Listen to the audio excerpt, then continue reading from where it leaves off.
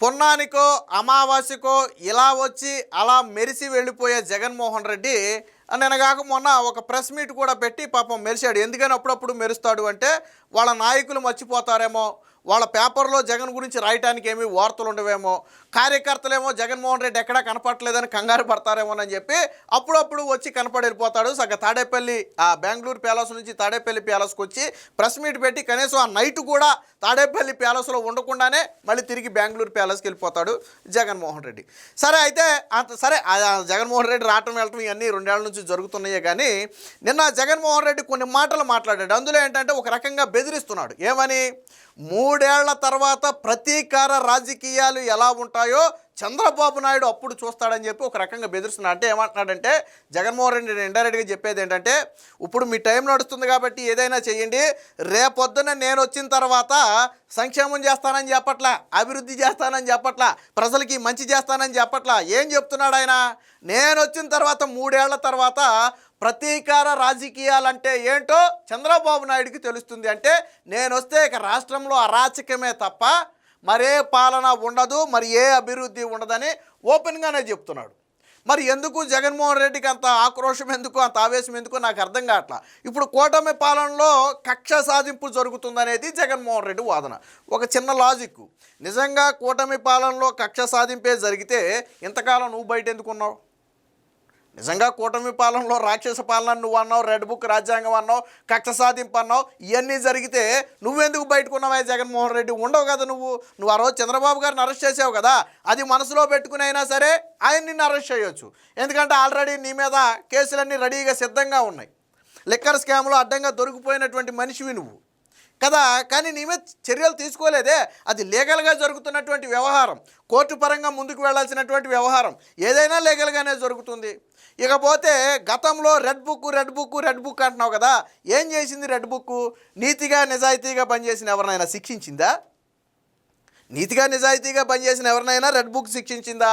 ఇదిగో పలానా వ్యక్తి నీతిగా నిజాయితీగా పనిచేశాడు, వాళ్ళని రెడ్ బుక్ ద్వారా ఇబ్బంది పెట్టారని ఒక పేరు చూపించు నాకు. రెండోది, రెడ్ బుక్ అంటే నారా లోకేష్ కత్తి తీసుకెళ్ళి పొడిచాడు. ఎవరైనా సరే గతంలో చట్టానికి వ్యతిరేకంగా పనిచేసి ఉంటే, నీ తొత్తులుగా మారి చట్టాన్ని చేతుల్లోకి తీసుకుని ఉంటే వాళ్ళ మీద జ్యుడిషియల్ ఎంక్వైరీ ద్వారా ముందుకెళ్తున్నారు. ఇప్పుడు అధికారులు ఉన్నారు, వాళ్ళ మీద ఏమైంది? ఎంక్వైరీలు వేసారు, నడుస్తున్నాయి. జత్వాని అనే ఒక మహిళ కేసులో ఏం జరిగింది? ఎంతమంది ఐపీఎస్ అధికారులు అందులో ఉన్నారు? ఇంటెలిజెన్స్ చీఫ్తో సహా, ఐపీఎస్ విషయాలతో సహా ఎంతమంది ఉన్నారు అందులో? ఏం చేశారు? అన్నారు కొట్టారా, చంపారా, ఏం చేశారు?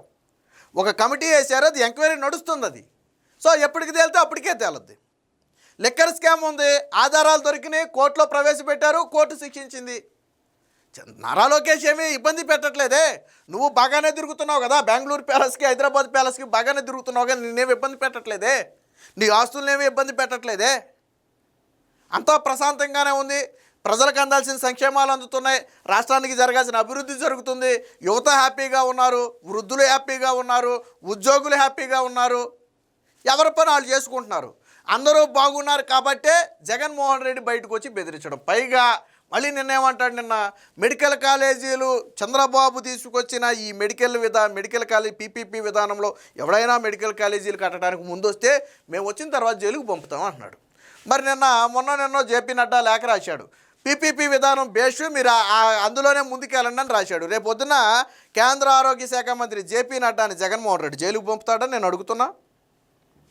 కేంద్రం ఏం చెప్పింది రాష్ట్రానికి? పీపీపీ విధానం బేష్, మీరు హ్యాపీగా ముందుకెళ్ళండి, మా సపోర్ట్ మీకు ఉంటుందని చెప్పి సెంట్రల్ గవర్నమెంట్ చెప్పింది.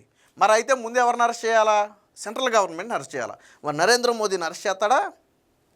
ఆ ప్రపోజల్ పెట్టినటువంటి సెంట్రల్ గవర్నమెంట్లో ఉన్నటువంటి నరేంద్ర మోదీని అరెస్ట్ చేస్తాడా?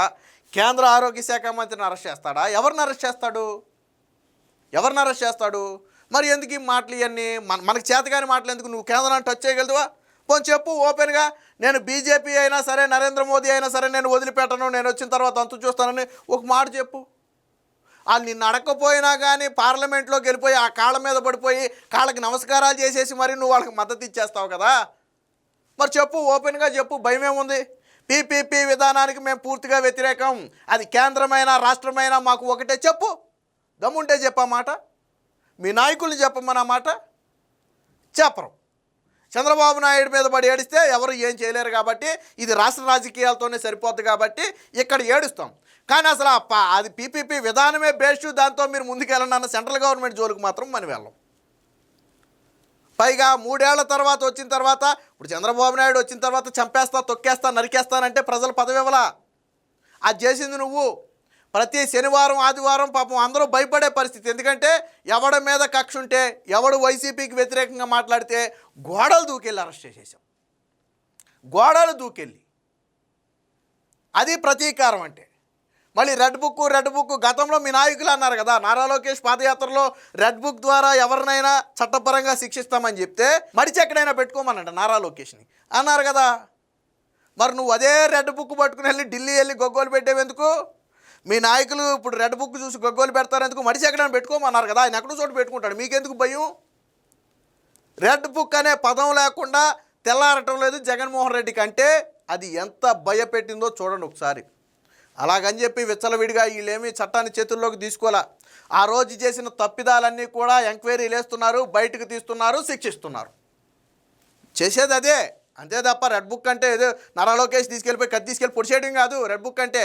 కానీ ఇప్పుడు జగన్ మాత్రం 3 ఏళ్ల తర్వాత ప్రతీకార రాజకీయాలు ఎలా ఉంటాయో నేను చూపిస్తానని చెప్పి, అంటే మా తాత రాజారెడ్డి రాజ్యాంగం అని చాలామంది అంటుంటారు, చాలామందికి తెలియకపోవచ్చు. రాజారెడ్డి రాజ్యాంగం అంటేనే ఈ రాజ్యాంగం. ఇప్పుడు జగన్మోహన్ రెడ్డి చెప్తున్నాడు చూసారా, ప్రతీకారం అంటేనే ఏంటో ఎలా ఉంటుందో చూపిస్తానంటున్నాడు చూసారా, అది రాజారెడ్డి రాజ్యాంగం.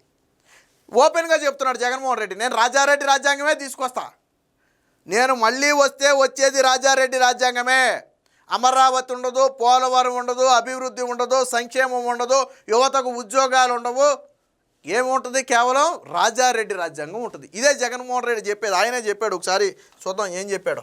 ప్రతీకార రాజకీయాలు ఎలా ఉంటాయో 3 ఏళ్ల తర్వాత అర్థమవుతాయి. కక్షలకు బలైన కుటుంబాలు సహనంతో ఉండవు. సీఎం చంద్రబాబుకు జగన్ హెచ్చరిక. నాకు హోదా ఇస్తేనే సభకు వస్తా, 1.5 ఏళ్ల తర్వాత పాదయాత్ర. రాష్ట్రంలో రెడ్ బుక్ రాజ్యాంగం నడుస్తుంది. జనం భయంతో ఊళ్ళు విడిచి పారిపోతున్నారని వైసీపీ అధ్యక్షుడు మాజీ సీఎం వైఎస్ జగన్మోహన్ రెడ్డి అన్నారు.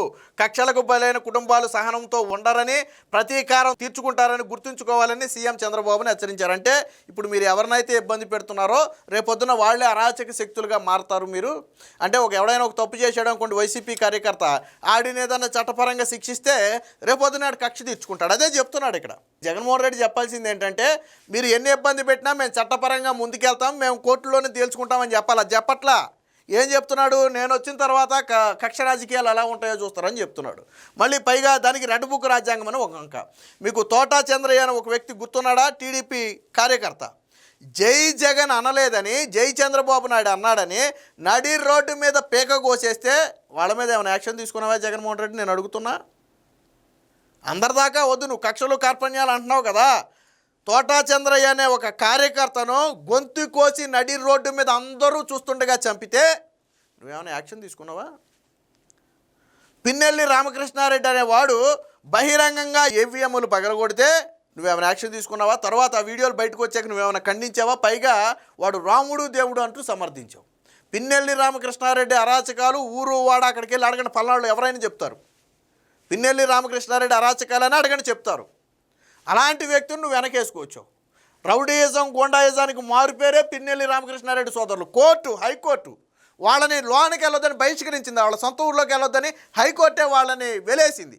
ఎందుకంటే వాళ్ళ అరాచకాలు ఆ స్థాయి అరాచకాలు. నువ్వు నేను మాట్లాడుకోవడం కాదు, కోర్టులు చెప్తున్నాయి అరాచకాల గురించి. కౌంటింగ్ జరిగే రోజు కూడా పిన్నెల్లి రామకృష్ణారెడ్డిని కౌంటింగ్ కేంద్రం వద్దకు వెళ్ళొద్దని చెప్పింది. ఎందుకంటే ఆ రోజు చేసిన అరాచకం అలాంటిది.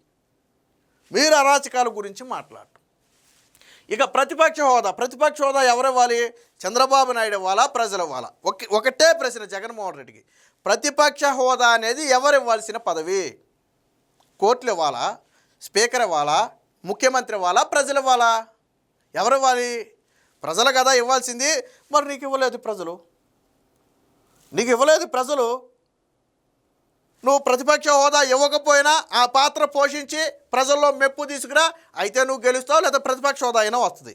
అంతేగాని చిన్నపిల్లవాడు ఏదో పాలపేక కోసం ఏడ్చినట్టు నాకు ప్రతిపక్ష హోదా ఇవ్వాలా, ఎవరివ్వాలి ప్రతిపక్ష హోదా? ప్రజలు ఇవ్వాలి ప్రతిపక్ష హోదా. వాళ్ళే ఇవ్వకపోతే చంద్రబాబు నాయుడు అడుక్కోవడం ఏంటి, కోర్టులను అడుక్కోవడం ఏంటి? సిగ్గని పీట్లా జగన్మోహన్ రెడ్డి, నాకు అర్థం కావట్లా. ప్రజలు నిన్ను 11 సీట్లకు పరిమితం చేసి బాబు నీకు ప్రతిపక్ష హోదా కూడా కష్టమే, నీకు నువ్వు దానికి అర్హుడు కాదు అని ప్రజలు నిన్ను పక్కన పెడితే నువ్వు వెళ్ళిపోయి చంద్రబాబు నాయుడు ప్రతిపక్ష హోదా ఇవ్వాలా, స్పీకర్ ప్రతిపక్ష హోదా ఇవ్వాలి, పైగా ఇది అడుక్కోవడానికి కోర్టుకు వెళ్ళాలా? సిగ్గనిపీట్లా? ప్రజలు ఇవ్వని దాన్ని నేను ఒకరిని అడుక్కోవడం ఏంటని చెప్పి నువ్వు ధైర్యంగా నువ్వు పోరాడాలి, కానీ ప్రజలు ఇవ్వని దాన్ని నువ్వు అడుక్కోవడం ఏందా జగన్మోహన్ రెడ్డి? పులివెందుల ప్రజలు నిన్ను ఎందుకు గెలిపించారు? అసెంబ్లీకి వెళ్ళమనే కదా, బెంగళూరు ప్యాలెస్లో పడుకోమని కాదు కదా, మరి వెళ్ళవే, ఎందుకు వెళ్ళావు నువ్వు? ప్రజలు ఇవ్వాల్సిన దాన్ని చంద్రబాబు నాయుడు, నువ్వు గతంలో చంద్రబాబు నాయుడు అనలా, నువ్వు ఇంకా 4-5 పీకేస్తే చంద్రబాబు నాయుడుకి ఆ ప్రతిపక్ష హోదా కూడా ఉండదు అనే మాట నువ్వు అన్నావు కదా ఆ రోజు. అంటే దాని అర్థం ఏంటి? ఆ రోజు చంద్రబాబు నాయుడు గారికి ప్రజలు బలమిచ్చినా నువ్వు భయపెట్టో బెదిరించో కొంతమందిని నేను లాక్కుంటే చంద్రబాబు నాయుడుకి అది ఉండదని చెప్పావు. సరే, నీ శక్తి సామర్థ్యాలన్నీ వాడో పాపం ఆ రోజు లాక్కోలేకపోయావు, ఎందుకంటే ఆయనకు వచ్చిన వాళ్ళు 3-4 ఎట్టో నీకు అమ్ముడిపోయి నీ దాంట్లో చేరారు, కానీ మిగతా వాళ్ళు ఆయన వెనక నిలబడ్డారు బలంగా. సో ఆ రోజు నువ్వు ప్రయత్నం చేసి విఫలమయ్యావు. ఈరోజు ఎవడో ప్రయత్నం చేయక్కర్లా, ప్రజలే ప్రతిపక్ష హోదా ఇవ్వాలా. వైనాట్ 175 ఎక్కడ? వైనాట్ 11 ఎక్కడ జగన్మోహన్ రెడ్డి? ఇది రాష్ట్రం. నేను వస్తే ఎస్ చంద్రబాబు నాయుడు 4,000 ఇచ్చాడు పింఛను, నేను 5,000 ఇస్తా. చంద్రబాబు నాయుడు 1,00,000 ఉద్యోగాలు ఇచ్చాడు, నేను 2,00,000 ఇస్తా. చంద్రబాబు నాయుడు ఇదిగో ఈ మంచి చేశాడు, నేను ఇంకా ఇదిగో ఈ మంచి చేస్తా. అది చెప్పాలి నువ్వు ప్రజలకి. పోనీ కూటమి ప్రభుత్వం ఏదైనా తప్పులు జరిగితే ఎత్తి చూపించు, తప్పేం కాదు, రాజకీయాల్లో తప్పులు ఎత్తి చూపించవచ్చు. ఇదిగో చంద్రబాబు నాయుడు ఈ పని చేస్తున్నాడు, దీనివల్ల నష్టం, లేదా దీనివల్ల ఇది నష్టం చెప్పు, తప్పేముంది? అది చెప్పడం మానేసి కక్ష రాజకీయాలంటే ఏంటో 3 ఏళ్ల తర్వాత చూస్తారు, నేను వచ్చిన తర్వాత ఒక్కొక్కడు అంతు చూస్తా. మన ప్రజాస్వామ్యంలో బతుకుతున్నావా, రాజారెడ్డి రాజ్యాంగంలో బతుకుతున్నావా? కాబట్టి జగన్మోహన్ రెడ్డి అయినా ఎప్పటికైనా ఎలాంటి మాటలు మానుకుంటే మంచిది. ఎప్పటికే ప్రజలు అన్నీ గమనించే నీ 5 ఏళ్ల పాలన చూసిన తర్వాతే 11 సీట్లు ఇచ్చారు. లేదు నేను ఇంకా నా పద్ధతి ఏం మార్చుకోను, నేను అదే విధంగా ఉంటాను అంటే ఈసారి పులివెందులను నువ్వు కూడా గెలవు.